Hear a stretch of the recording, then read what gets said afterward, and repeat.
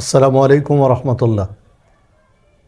আলহামদুলিল্লাহি রাব্বিল আলামিন ওয়াল আকিবাতু লিল মুত্তাকিন ওয়াসসালাতু ওয়াসসালামু আলা রাসূলিহি মুহাম্মদ ওয়া আলিহি ওয়া আসহাবিহি আজমাইন।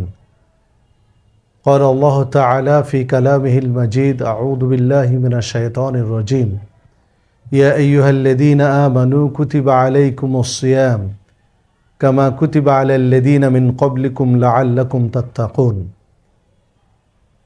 وقال النبي صلى الله عليه وسلم إذا دخل رمضان فتحت أبواب السماء وفي رواية فتحت أبواب الجنة وغلقت أبواب جهنم وسلسلة الشياطين وفي رواية فتحت أبواب الرحمة رواه البخاري মুসলিম।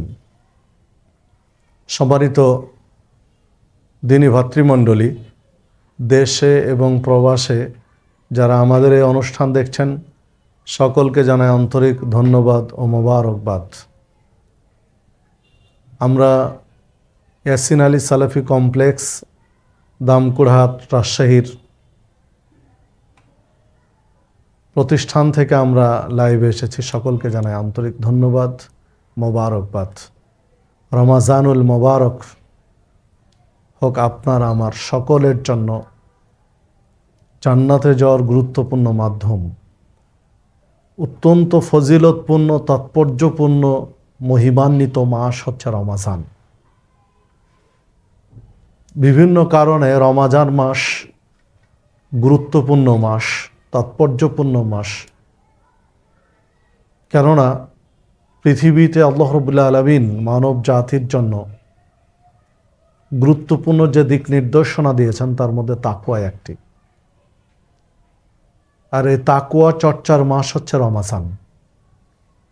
যেমনটি আল্লাহ রাব্বুল আলামিন সূরা বাকারা 183 নম্বর আয়াতে উল্লেখ করেছেন, শাহরু রমাজান আল্লাযী উনজিলা ফীহিল কুরআন।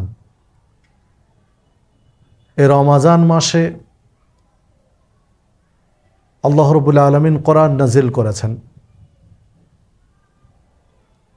অন্যান্য গ্রন্থ এবং এর মধ্যে একটা পার্থক্যকারী, হক বাতিলের মধ্যে পার্থক্যকারী।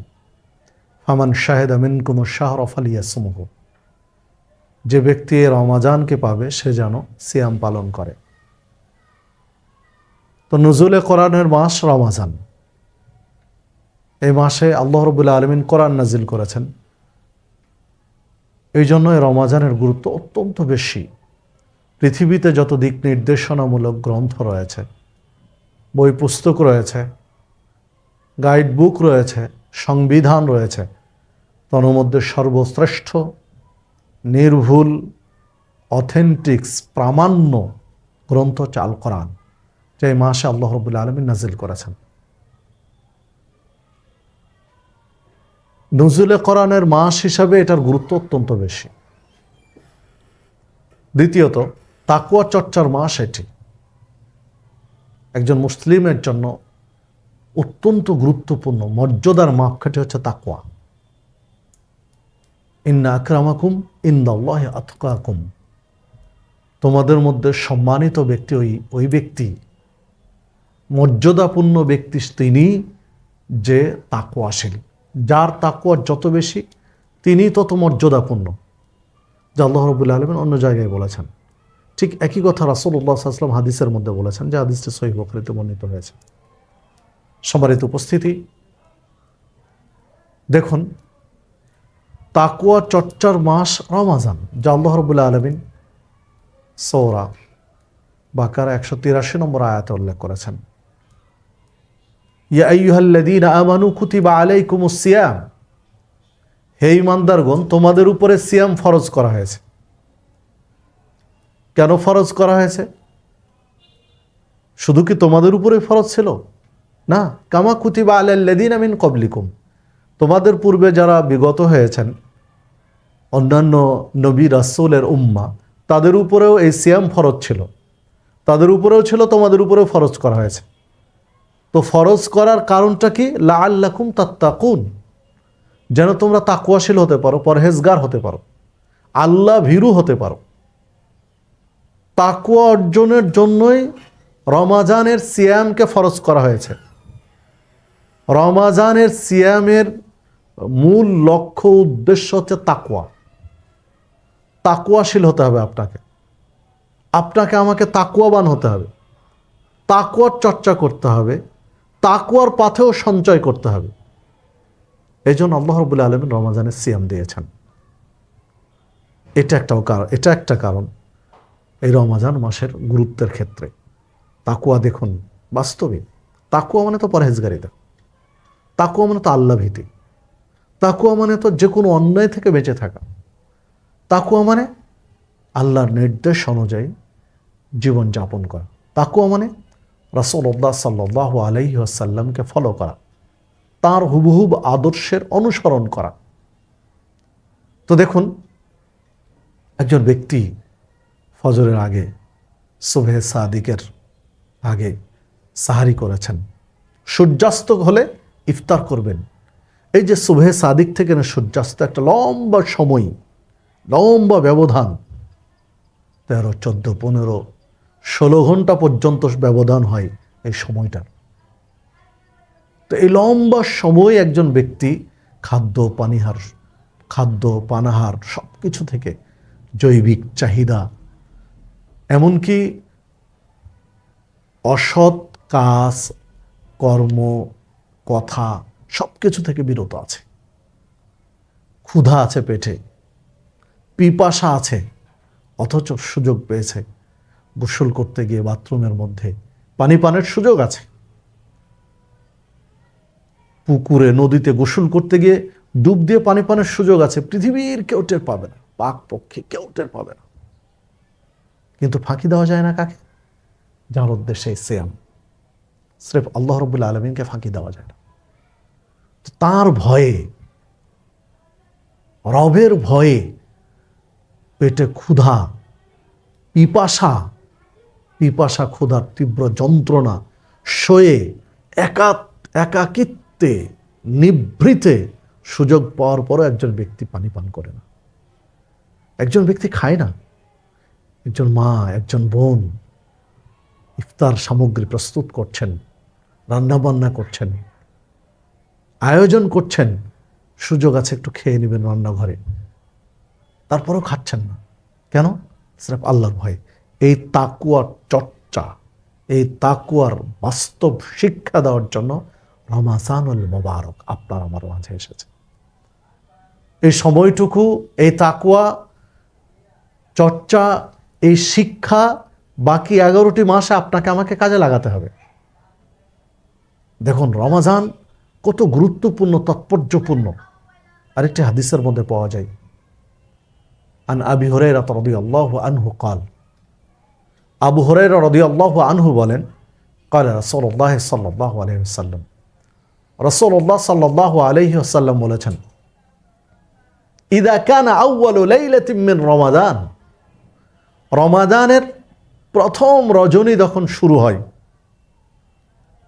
শাবানের দিন শেষ, শাবানের শেষ দিনের সূর্য স্তমিত হলো, রমাজানের চাঁদ উদয় হলো, তখন থেকেই আউয়ালু লাইলাতিন মিন রমাজান সুফিদাতিশ শায়াতিন ওয়া মারাদাতুল জিন, শয়তানকে শৃঙ্খলাবদ্ধ করে ফেলা হয়, জিনজির দিয়ে বেঁধে ফেলে দেওয়া হয়, দুষ্ট জিনকে জিনজির দিয়ে বেঁধে ফেলা হয়। এই পুরো রমাজান তাকে জিনজির দিয়ে বাঁধা আছে, শৃঙ্খলাবদ্ধ করা আছে দুষ্ট জিনকে, শয়তানকে।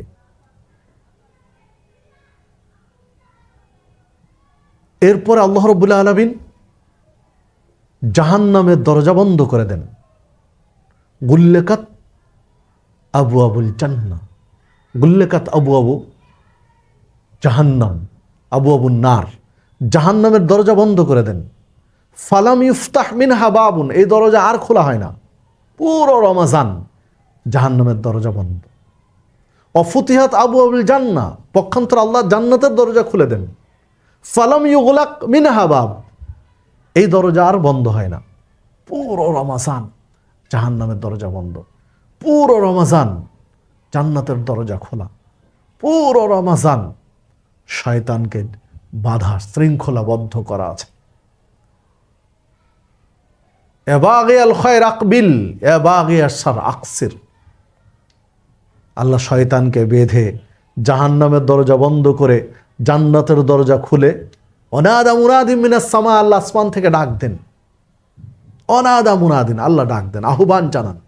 এবাগিয়াল খায়র আকবিল, হে কল্যাণের পথযাত্রী অগ্রসর হও। এবাগিয়াস শার আকসির, হে অকল্যাণের অভিসারী থামো, বন্ধ করো তোমার চলাচল। অলিল্লাহি তাকাউ মিনান নার ওয়া যালিকা ফি কুল্লি লাইলা। অসংখ্য মুসলিমকে জাহান্নামের আগুন থেকে আল্লাহ রাব্বুল আলামিন মুক্তি দিয়ে থাকেন, মুক্ত করে থাকেন। ওয়া যালিকা ফি কুল্লি লাইলা, আর এটা হয় প্রত্যেক দিবসে, রজনীতে, প্রত্যেক দিন। তিরমিজির 682 নম্বর হাদিস এটি, ইবনে মাজার মধ্যে পাওয়া যাবে 1642 নম্বর হাদিস এটি, এবং গ্রহণীয় সানাদে, সহি সানাদে। সম্মানিত দিনী ভাতৃমণ্ডলী, দেখুন আল্লাহ রাব্বুল আলামিন রমাজানুল মোবারকের মধ্যে, রমাজানের শুরু থেকে শেষ পর্যন্ত শয়তানকে বেঁধে জান্নাতের দরজা খুলে জাহান্নামের দরজা বন্ধ করে তার প্রিয় বান্দাদেরকে ডাক দিয়েছেন। এবাগিয়াল খায়র আকবিল, হে কল্যাণের পথযাত্রী অগ্রসর হও, নেকির কাজ করো, তোমরা আরো বেশি করে করো। সালাত পড়ো, রমাজান একটু সময় নেই, আরো ধীরস্থিরভাবে, আরো সুন্দরভাবে, আরো মনোযোগ দিয়ে, আরো আন্তরিকতার সাথে। এবাগিয়াল খায়র আকবিল, হে কল্যাণের পথযাত্রী অগ্রসর হও। সিয়াম পালন করো, কোরআন মাজিদ তেলাওয়াত করো, একটু বেশি করে করো, আন্তরিকতার সাথে করো। দান সাদাকা করো, একটু বেশি করে করো। মানুষকে নসিহত করো, সৎ কাজের আদেশ দাও, অন্যায় কাজ থেকে নিষেধ করো, এটা একটু বেশি করে করো। ডাক দিলেন যে কল্যাণ পথযাত্রী আরো অগ্রসর হও। এবাগিয়াস শার আকসির, হে অকল্যাণের অভিসারী, অকল্যাণের পথের পথিক, আকসির, থামো, থেমে যাও। প্রত্যেকটা অপরাধীকে, প্রত্যেকটা পাপীকে আল্লাহ রাব্বুল আলামিন রমাজানুল মোবারক আহ্বান জানিয়েছেন যে তোমার গতি বন্ধ করো, অপরাধ থামিয়ে দাও। এটা রমাজান মাস, এটা বরকতের মাস, এটা ফজিলতের মাস, এটা নাজাতের মাস, এটা ক্ষমার মাস, এটা মুক্তির মাস, জাহান্নাম থেকে বাঁচার মাস, জান্নাতে যাওয়ার মাস এটি। বিধায় অপরাধ থামাও। প্রত্যেকটা অপরাধীকে আল্লাহ রাব্বুল আলামিন থেমে যেতে বলেন এই মাসে। এই মাসের ফজিলতের কারণে, এই মাসের মর্যাদা রক্ষার কারণ। সম্মানিত দিনী ভাতৃমণ্ডলী, আমরা এই আহ্বান জানাই। রমাজান মাস চলছে, সারা পৃথিবীর মুসলিম আমরা অপরাধ থামিয়ে দিই। নেশা জাতীয় দ্রব্য সেবনকারী রমাজান মাসে থেমে যান। এই শিক্ষা গ্রহণ করেন পুরো মাস, এই শিক্ষায় 11টি মাসে বাস্তবায়ন করেন। অসৎ ব্যবসায়ী, মজুদদার, সিন্ডিকেট করে যারা দাম বাড়িয়ে মানুষের নাভিশ্বাস উঠিয়ে দিচ্ছেন দ্রব্যমূল্যের, থেমে যান। এটা রমাজান মাস। কবরে যেতে হবে আপনাকে আমাকে, মরতেই তো হবে আপনাকে আমাকে। তো সেদিন জবাব কিভাবে দিবেন? কি জবাব দিবেন সেই দিন? থেমে যান। দ্রব্যমূল্যের বাজার নিয়ন্ত্রণে রাখেন, মানুষের হাতের নাগালে রাখেন, যেন আপনার দোকানের সবজি দিয়ে, আপনার দোকানের তরকারি দিয়ে, আপনার দোকানের একটা জিনিস দিয়ে একজন মুসলিম তৃপ্তি সহকারে সাহারি খেতে পারেন, তৃপ্তি সহকারে ইফতার করতে পারেন। নিঃসন্দেহে এটাও তো এক ধরনের সহযোগিতা, এটাও তো নেকির কাজে পরস্পরকে সহযোগিতা। তাআওয়ানু আলাল বিররি ওয়াত তাকওয়া ওয়ালা তাআওয়ানু আলাল ইসমি ওয়াল উদওয়ান। তোমরা নেকির কাজে, তাকওয়ার কাজে পরস্পর পরস্পরকে সহযোগিতা করো। ওয়ালা তাআওয়ানু আলাল ইসমি ওয়াল উদওয়ান, পাপ সীমালঙ্ঘনের কাজে কেউ কাউকে সহযোগিতা করো না। তো এটাও তো একটা সহযোগিতা যে একজনকে সাহারি খাওয়ার ক্ষেত্রে আপনি একটু এহসান করেছেন, একজনের ইফতারি করার ক্ষেত্রে আপনি একটু এহসান করেছেন, এটাও তো একটা সহযোগিতা। তো সেইখানে আমরা উল্টো পথে চলছি, পাপ থামিয়ে দিতে বলা হয়েছে, আমরা আরো বাড়ানোর চেষ্টা করছি। হঠকারিতা, চিটিংবাজি, প্রতারণা, সিন্ডিকেট করে দাম বাড়ানো, রাতারাতি 2 দিন আগে যে জিনিসের দাম যা ছিল একদিন পরে তার দাম দ্বিগুণ, ডবল, 1.5 গুণ হয়ে গেল। তো এই যে মন মানসিকতা, এইটা থেকে আপনাকে আমাকে ফিরে আসতে হবে। এই ডাক কিন্তু আল্লাহ রাব্বুল আলামিনের পক্ষ থেকে আছে রমজান মাসে। সম্মানিত উপস্থিতি, দেখুন রাসূলুল্লাহ সাল্লাল্লাহু আলাইহি ওয়াসাল্লাম বলেছেন, জান্নাতে একটি দরজা আছে, ফিল জান্নাতে সামানিয়াত আবওয়াব, জান্নাতের 8টা দরজা, ফিহা বাব, তন্মধ্যে একটা দরজা আছে যে দরজা হচ্ছে রাইয়ান, লা ইয়াদখুলুহু, তাতে প্রবেশ করে না ইল্লা সায়েম, সায়েম ব্যতীত অন্য কেউ, সিয়াম পালনকারী ব্যতীত অন্য কেউ ওই দরজা দিয়ে প্রবেশের সুযোগ পায় না। যারা সিয়াম পালনকারী স্রেফ তারাই সেই দরজা দিয়ে প্রবেশ করার সুযোগ পায়। তাহলে দেখুন এই রমাজানের সিয়ামের গুরুত্ব কত, এর ফজিলত কত, যে সায়েমদের জন্য, সিয়াম পালনকারীর জন্য আল্লাহ রাব্বুল আলামিন জান্নাতে 8টা দরজার একটা স্পেশাল দরজা রেখে দিয়েছেন, যেই দরজা দিয়ে কেবল সিয়াম পালনকারী ব্যক্তি প্রবেশ করবেন, অন্য কেউ নয়। বিধায় আপনার আমার যার সিয়াম ফরজ হয়েছে, সিয়াম ফরজ হয় বালেগ হলে, ছেলে মেয়ে নারী পুরুষ বালেগ হলে সিয়াম ফরজ হয়। তো যারা বালেগ, সিয়াম ফরজ হয়েছে, আপনার আমার অবশ্যই এই সিয়াম পালন করতে হবে। ইসলামের 5টি রুকুনের বা স্তম্ভের তৃতীয় রুকুন, তৃতীয় স্তম্ভ হচ্ছে সিয়াম। তো এই সিয়াম পালনের মাধ্যমে আপনাকে আমাকে জান্নাত নিশ্চিত করতে হবে। রাসূলুল্লাহ সাল্লাল্লাহু আলাইহি ওয়াসাল্লাম একদা মেম্বারের প্রথম সিঁড়িতে পা রেখে আমিন বলেছিলেন, দ্বিতীয় সিঁড়িতে আমিন বলেছিলেন, তৃতীয় সিঁড়িতে আমিন বলেছিলেন। সাহাবীরা পরে জিজ্ঞাসা করলেন খুতবার পরে যে আপনি সিঁড়িতে পা রেখে আমিন কেন বলেছিলেন, প্রথম সিঁড়িতে কেন আমিন বলেছিলেন? রাসূলুল্লাহ সাল্লাল্লাহু আলাইহি ওয়াসাল্লাম জবাব দিলেন যে জিবরিল আমিন বলে গেলেন, যে ব্যক্তি রমাজান পেল, সিয়ামের মাস পেল, অথচ পাপ ক্ষমা নিতে পারল না, এই ব্যক্তি হতভাগা, কপাল পোড়া। চিন্তা করতে পারেন এই কথাটা, যে রমাজান পেয়েছি, সিয়াম পেয়েছি, অথচ পাপ ক্ষমা নিতে পারলাম না, আপনাকে আমাকে হতভাগা বলা আছে, কপাল পোড়া বলা হয়েছে। আপনি আমি হতভাগা, আপনি আমি কপাল পোড়া। রমাজান পেয়েছি, সিয়াম পেলাম, অথচ পাপ ক্ষমা নিতে পারলাম না। এর অর্থ কি দাঁড়ায়? যে রমাজান মাসে আপনাকে আমাকে ক্ষমা নিতেই হবে, যে কোনো মূল্যে। যে কোনো মূল্যে মানে আল্লাহর কাছে কায় মনোবাক্যে, দেহ মন আল্লাহর দিকে মনোনিবেশ করে দিয়ে আপনাকে আমাকে ক্ষমা নিতে হবে। বাস্তব জীবনে যদি আমরা একটু চিন্তা করি, তাহলে দেখুন অপরাধ যার যত বেশি, অপরাধের পরিমাণ যার যেমন, তিনি তেমন নত হয়ে পৃথিবীতে মানুষের কাছে ক্ষমা চান। জজের কাছে, বিচারকের কাছে ক্ষমা চান নত হয়ে। অপরাধ যেমন, নত ততটা হন। তো মহান রব্বুল আলামিন আল্লাহু আকবার, তিনি সবচেয়ে বড়। আপনি আল্লাহকে যত বড় ভাবতে সক্ষম, আল্লাহ তার চেয়ে বড়। আপনি আল্লাহকে যত বড় কল্পনা করতে সক্ষম, আল্লাহ তার চেয়ে বড়। আপনি আল্লাহকে যত বড় করে ডাকতে সক্ষম, আল্লাহ তার চেয়ে বড়। সম্মানিত উপস্থিতি, সবচেয়ে বড় মহান রব্বুল আলামিন আল্লাহু আকবার। তার কাছে আপনি ক্ষমা চাইবেন, তার কাছে আপনি অপরাধ স্বীকার করে ক্ষমা চাইবেন, তাহলে আপনার স্যালেন্ডার, আত্মসমর্পণটা কেমন হওয়া উচিত?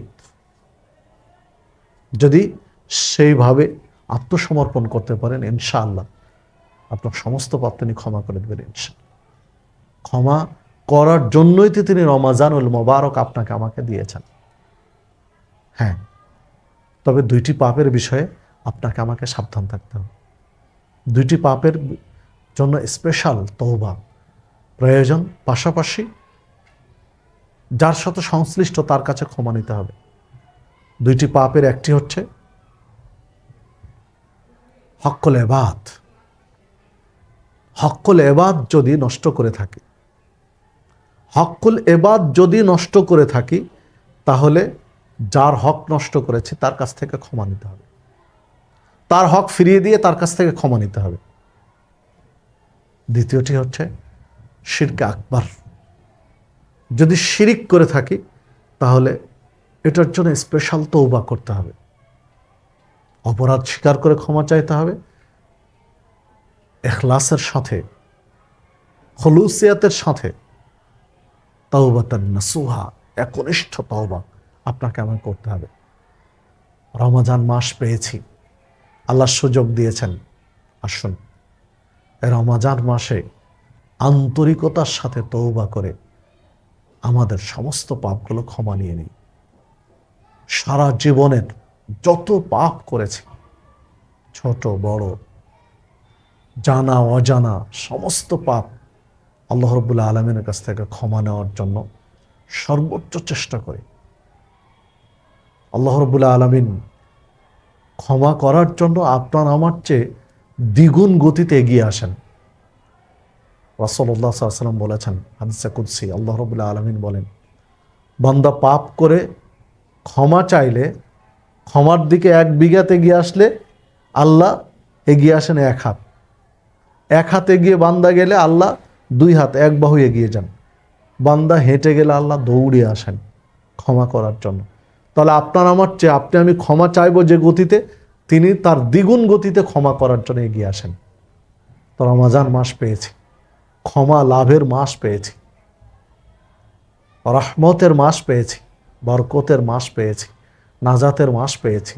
আসুন আমরা কাজে লাগাই, আমরা আমাদের পাপগুলো স্বীকার করে ক্ষমা নেই, আন্তরিকতার সাথে রমজানের সিয়াম পালন করি, বেশি বেশি কোরআন মাজিদ তেলাওয়াত করি, যেহেতু নজুলে কোরআনের মাস, কোরআনের মর্যাদা রক্ষা করি, অধিক পরিমাণে তেলাওয়াত করে, কোরআনের শিক্ষা অনুযায়ী জীবন যাপন করে,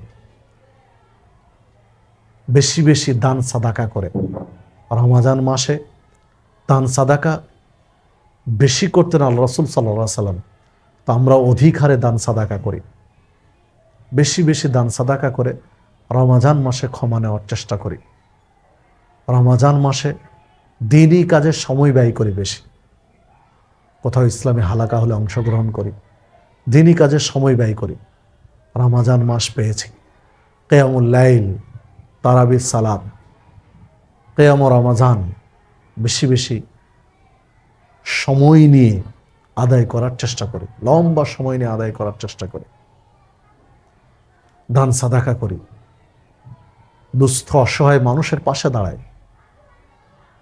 মানবতার সেবায় নিজেকে নিয়োগ করি, ক্ষুধার্ত মানুষকে সাহারি ইফতার খাওয়ানোর ব্যবস্থা করি, বিভিন্নভাবে রমজানে মানুষকে সহযোগিতা করে তার পাশে দাঁড়াই।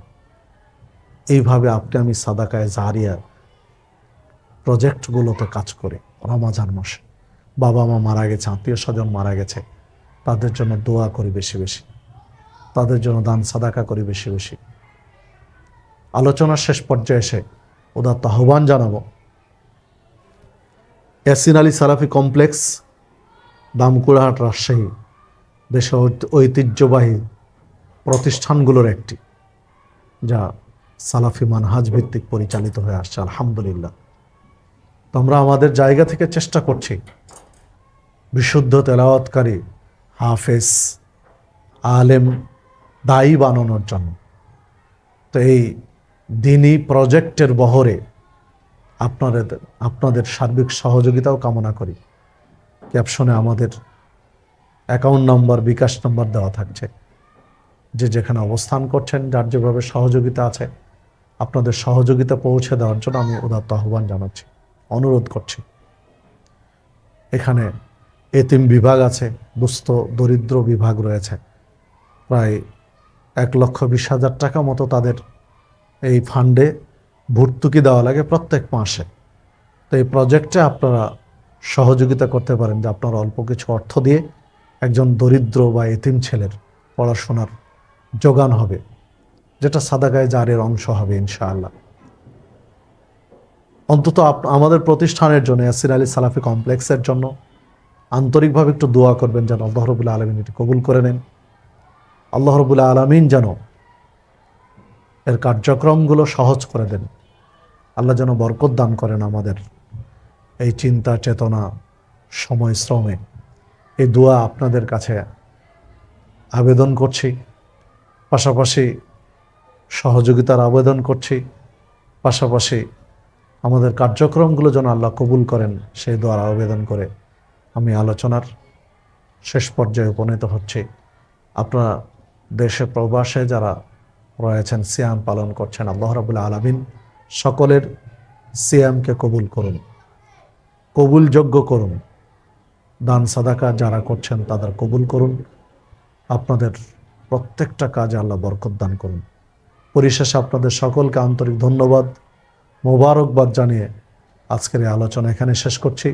আসসালামু আলাইকুম ওয়া রাহমাতুল্লাহি ওয়া বারাকাতুহু।